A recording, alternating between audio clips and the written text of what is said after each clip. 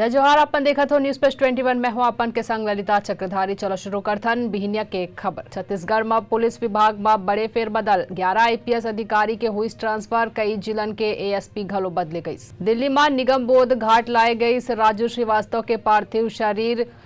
आज हो ही अंतिम संस्कार। ज्ञानवापी मस्जिद पर वाराणसी कोर्ट में आज हो ही सुनवाई। कांग्रेस अध्यक्ष पद पर चुनाव पर नोटिफिकेशन आज हो ही जारी।